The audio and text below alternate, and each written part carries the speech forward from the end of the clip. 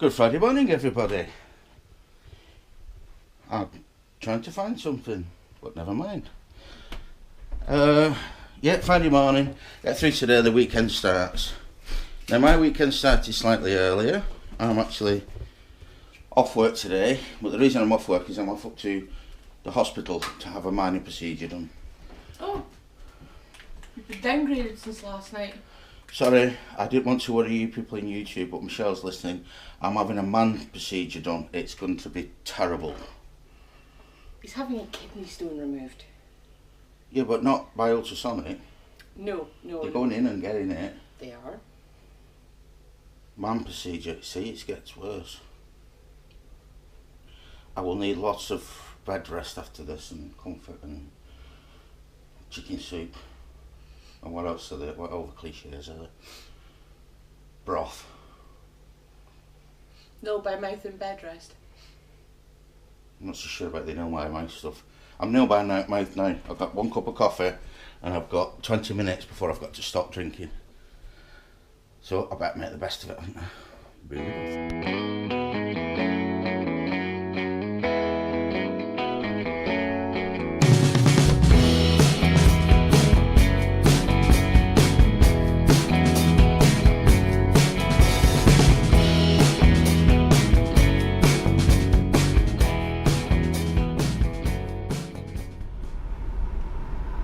Okay guys, I'm going to pass you over to Michelle now. She's going to be in charge of vlogging because I will be having man procedure, which is open heart kidney surgery. So via keyhole, small keyhole. Okay, I'm going to go off with Michelle. She's dropping me off an hour earlier but she needs to get right over the other side of town. So to get to work, and you'll be picking me up later. And I've no doubt she'll be doing some vlogging on the way in. I hope. Well, it's up to you. Okay, you guys have a good Friday. I'm going to go and be brave. And have ice cream afterwards. Moving on.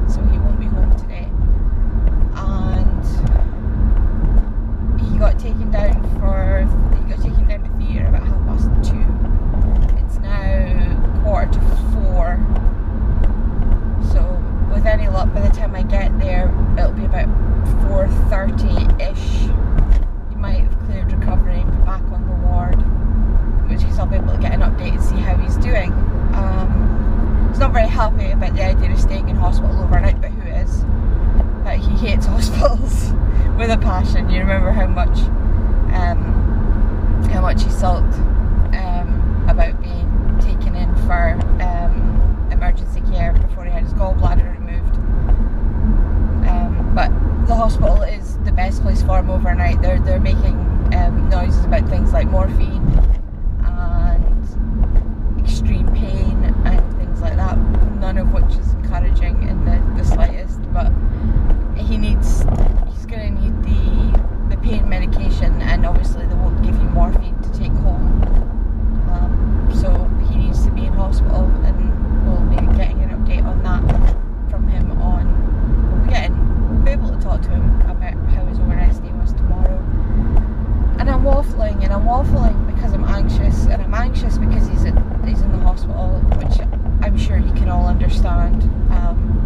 on, I cancelled my half day because there was no sense in me sitting around waiting for him to go into surgery and then sitting around waiting for him to come out of surgery.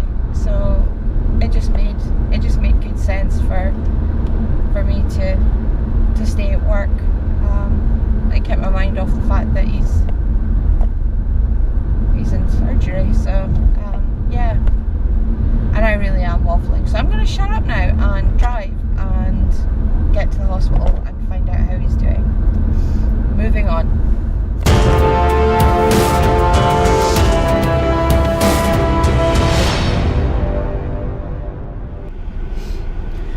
Morning guys, it's 9:30. Alan has, well, he phoned me like 5 minutes ago to tell me that he is getting home. The doctors have said, call your wife, tell her to come pick you up. So he called his wife and now I'm on my way to go pick him up. I left the GoPro in the car last night, which was never a good idea, but I've done it now, so meh. So yeah, let's go get Alan.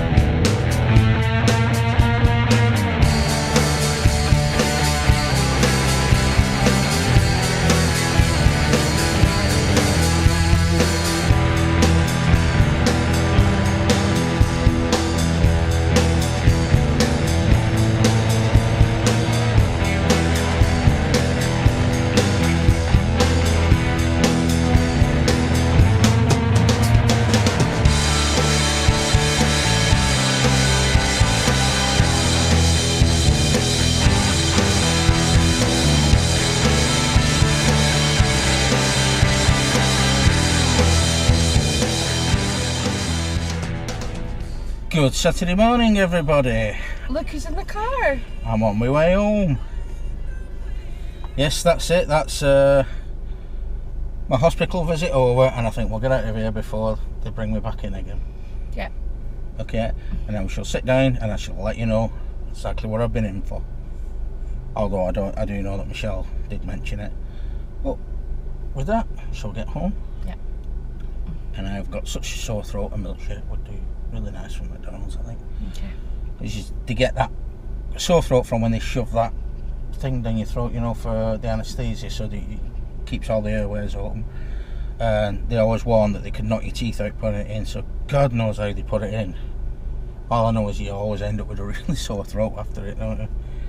Well, same, don't you? Not everybody knows that, but I do. Anyway, with that, shall we get on? Moving on.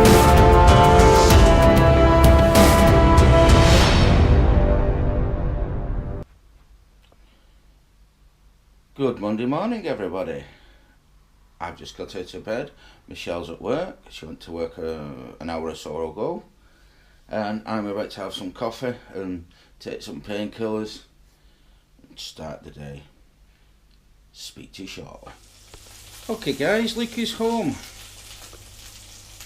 You enjoyed your day at work? Not too bad. And we're having sausage and scrambled eggs for tea. I can't decide whether I want to put bacon in or not, and I don't think I do. No, sausage and egg. Sausage, egg and chips, the old staple. I've got bacon, so you can have bacon for So, I've just taken some painkillers, so I'll let them kick in, and hopefully I shall then sit down and enjoy that, because it'll come with chips, I assume. Yeah, it's put in the oven. Because guess what? That's how we diet? Yes. That is how we've been dieting over recently. So till I get back to work. Anyway, moving on. Hi guys, happy Tuesday. It's actually 4:30 in the afternoon now. I've done absolutely zero vlogging today, which is I'm gonna have to pull myself out of it. But I spent most of the day just kind of horizontal, believe it or not. Well, horizontal, lying down, watching the TV upstairs. I came downstairs. I watched a little bit of. Well, I actually edited some of last week's footage to get it up, because I've not got really much footage to put up, just to keep the the everyday vlogs going up. God, I could really nearly speak then. I can see my brain switched off. I'm not communicating with anybody. I'm feeling sorry for myself. I can feel my stint thing that's in now, and I'm basically feeling sorry for myself. And just to let you know what happened,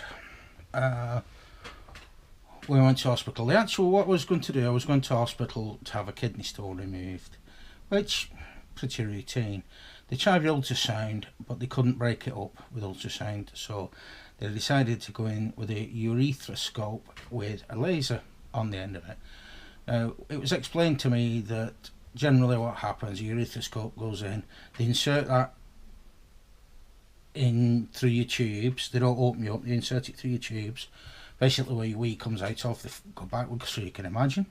So that didn't bother me because it was a full general anaesthetic, so I wasn't going to be embarrassed. I was asleep and I want the thing out because it's stopping my kidney from draining, and it's going to cause infections. It's going to cause severe problems in the future, so it needs out. Anyway, they went to go in, and what they found out is, when they went up there, backtrack, they said there's a 1 in 20 chance that they can't get the actual urethroskop up the tubes because the tubes aren't big enough.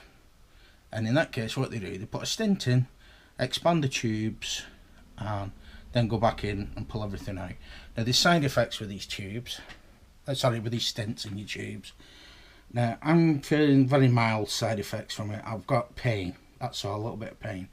It's not unbearable, and I also need to be near a toilet. It's making me want to go to the toilet a lot, but that's getting better. I'm getting used to it, so I'm getting better. I'm on painkillers. I'm handling it with painkillers.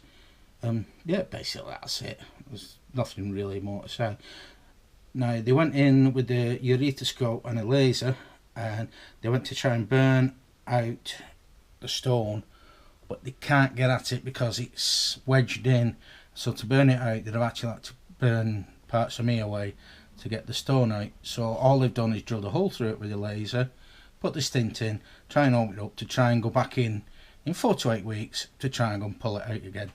So I was kind of 1 in 20, possibly a little bit worse than that. Just unlucky. I've every faith in my doctors. I've been treated really well. Alright, I'm waiting a few weeks in between treatments, but it's the NHS. I'm not complaining about that. They're doing really well. Only thing is, I keep having to stay in hospital overnight, and I don't like hospitals. I am really, really miserable when I'm in the hospital. The first thing you get is, one, it might sound strange, but it's full of sick people, and two, it's hot. It's usually hot. Although, having said that, it wasn't too bad when I was in. There's a guy opposite me who I felt sorry for. He came in for his operation to get his prostate removed because of the big C. So that instantly made me feel, this is going to sound awful, but it made me feel a lot better knowing I'm on here for a little routine. So kidney stone, I'm not feeling sorry for myself at all. He's had that taken out because it could kill him, and he's got pipes and bags hanging out of him. But he went in for his operation, and they couldn't get it done that day, so he had to stay in overnight. To the next day, he had his operation done. I was always going to stay in an extra night. The day after, he had a temperature, so they said, I'm sorry, you're going to have to stay in. And the day after that, he had a temperature, so he had to stay in again. And as I were leaving, he was really hoping to get out on the Saturday morning, and they wouldn't let him go because he got a temperature again, so he was staying in overnight. So I kind of think I got away lucky. And everybody else around me, yeah, there was some pretty horrific stuff going on in there. Nursing staff, brilliant, brilliant. Doctors, brilliant. Actually, in fact, all the staff.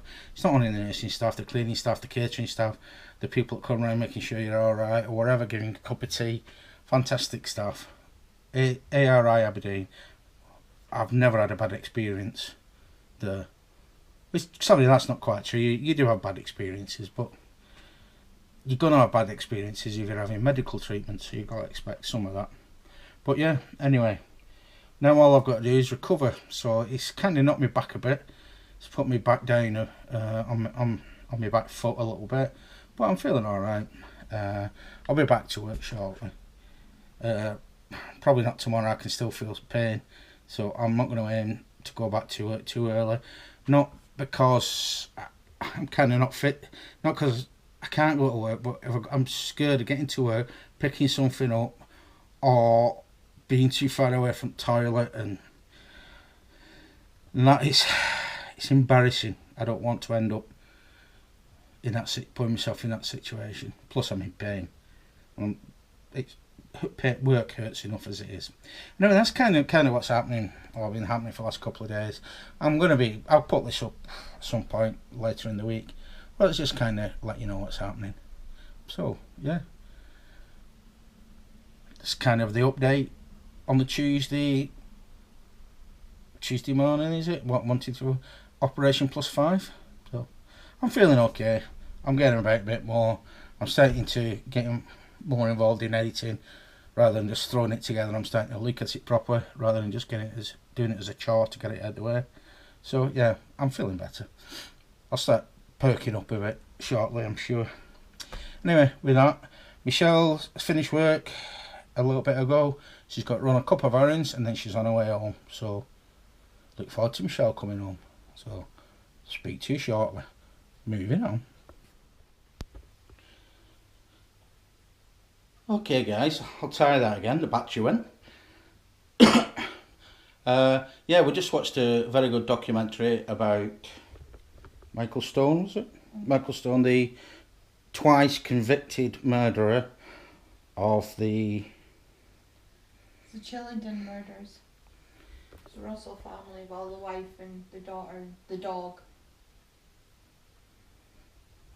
Yeah, going over his evidence, and it was quite interesting that there's actually no evidence whatsoever against him, which means that there's probably somebody else out there who did it, which is the worst case, really, thinking about it.